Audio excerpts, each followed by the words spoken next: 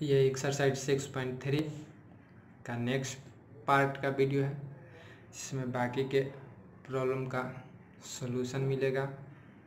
तो आते हैं अपने अगले प्रॉब्लम नंबर 7 पर, जिसमें एक ट्रायंगल दिया है ABC।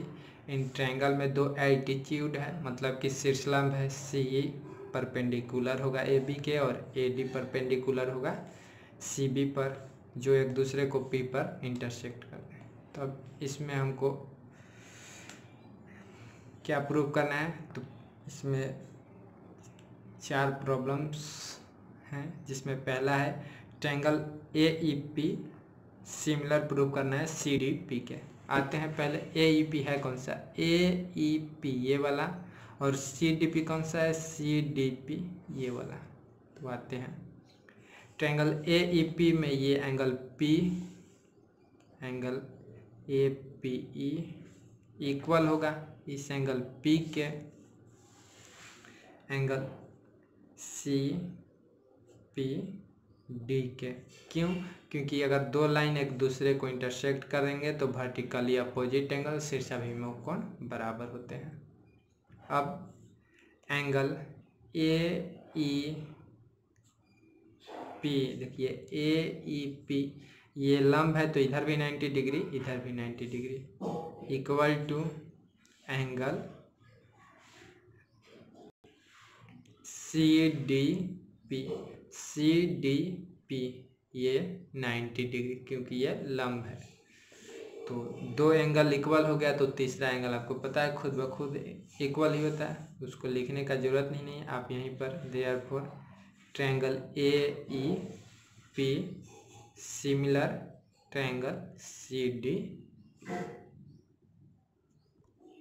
अब इसी में प्रॉब्लम 2, जिसमें दिया है ABD सिमिलर प्रूव करना है ट्रायंगल ABD CBE के। तो आते हैं अपने फिगर में, देखते हैं ABD और CBE कौन है। ABD ये वाला और CBE ये वाला।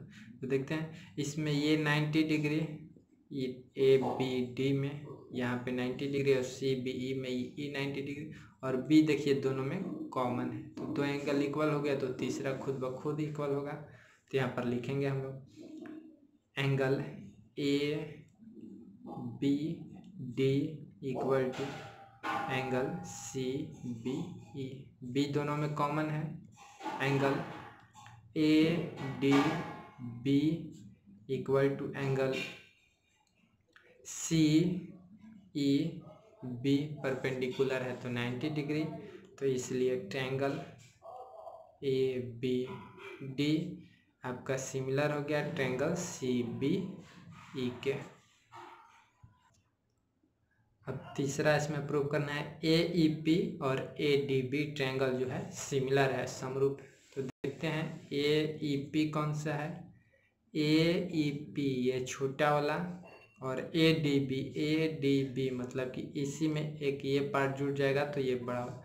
देखते हैं AEP में ये 90 डिग्री और ADB में ये 90 डिग्री, और ये दोनों में कॉमन है, तो दो एंगल इक्वल हुआ, तो तीसरा इक्वल ही होगा। तो यहाँ पर लिखेंगे in triangle AEP similar and triangle ADB में, देखिए angle AEP 90 degree equal to angle ADB 90 degree, दोनों में angle A equal to angle A common है। आप इसका पूरा भी नाम लिख सकते हैं या एंगल AAB केवल कर सकते, इसलिए आपका ट्रायंगल AEP सिमिलर हो गया ट्रायंगल ADB के। आगे 4 में क्या सिमिलर करना है, तो ट्रायंगल PDC सिमिलर करना है BEC के। तो आते हैं पहले अपने फिगर पर, जिसमें देखते हैं PDC कौन सा है, PDC ये वाला पार्ट, और BEC कौन सा है, BEC ये वाला पार्ट, मतलब कि ये छोटा और फिर इसमें ये पार्ट जोड़ देंगे तो ये बड़ा। तो यहाँ पर ये 90 डिग्री, ये 90 डिग्री, और ये दोनों में कॉमन है, तो दो एंगल इक्वल हो गया, तो तीसरा भी इक्वल ही होता है, तो ट्रायंगल समरूप हो जाएगा। तो in triangle PDC and triangle BEC.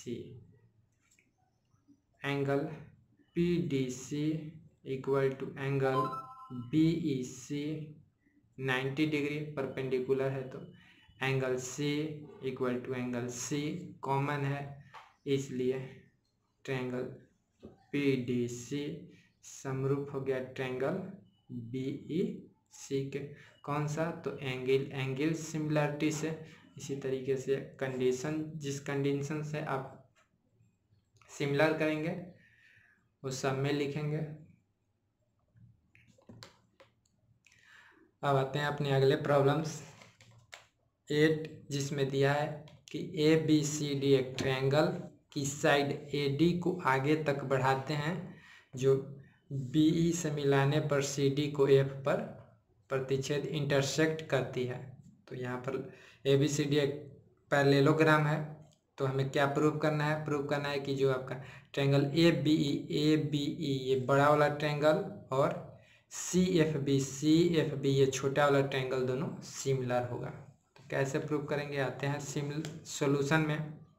In triangle ABE and triangle CFB, मतलब कि जो प्रूव करना है उसको ले लेते हैं। अब देखते हैं ABE में angle AEB equal to angle CBF।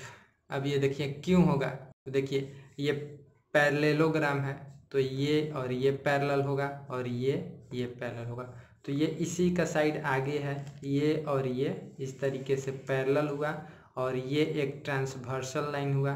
तो आपका ये एंगल और ये एंगल अल्टरनेट एंगल, मतलब कि एकांतर कोण होगा। एकांतर कोण बराबर होता है, तो यहाँ पर लिखेंगे अल्टरनेट एंगल।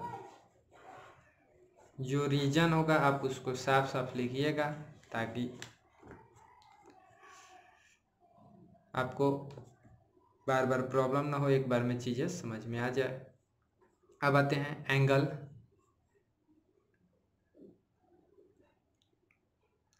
ये एंगल और ये एंगल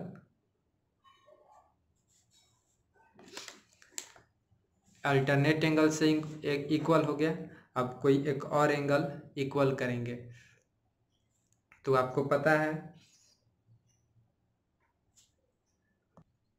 अब यहाँ पर दोनों ट्रायंगल का एक एंगल इक्वल हो गया। अब दूसरा एंगल इक्वल करेंगे तो तीसरा खुद ब खुद एंगल इक्वल होता है। तो देखिए ये बड़े वाले ट्रायंगल ABE के लिए ये एंगल और छोटे वाले ट्रायंगल के लिए ये एंगल क्या होगा?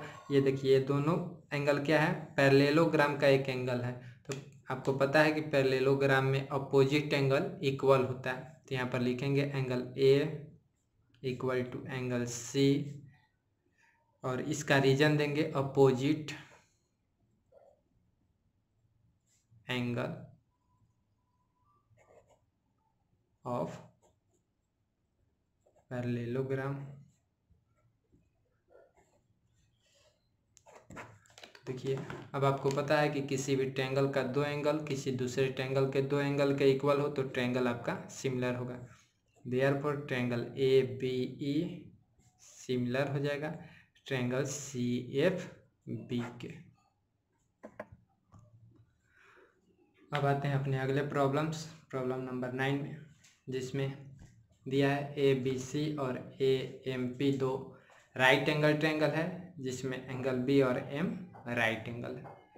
तो इसमें दो चीज़ प्रूव करना है। तो पहला लेते हैं ट्रायंगल ABC और AMP दोनों सिमिलर है, ये प्रूव करना है। सबसे पहले आते हैं अपने सॉल्यूशन पर इन ट्रायंगल ABC और AMP में।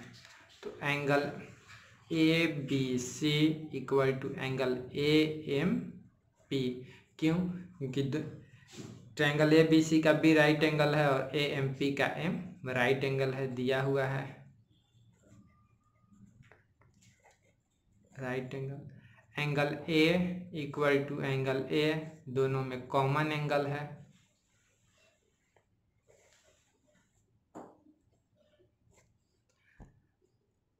तो दो एंगल इक्वल हो गया, तो ट्रायंगल क्या होगा आपका? सिमिलर होगा, इसलिए ट्रायंगल बी सी सिमिलर होगा ट्रायंगल ए एम पी के।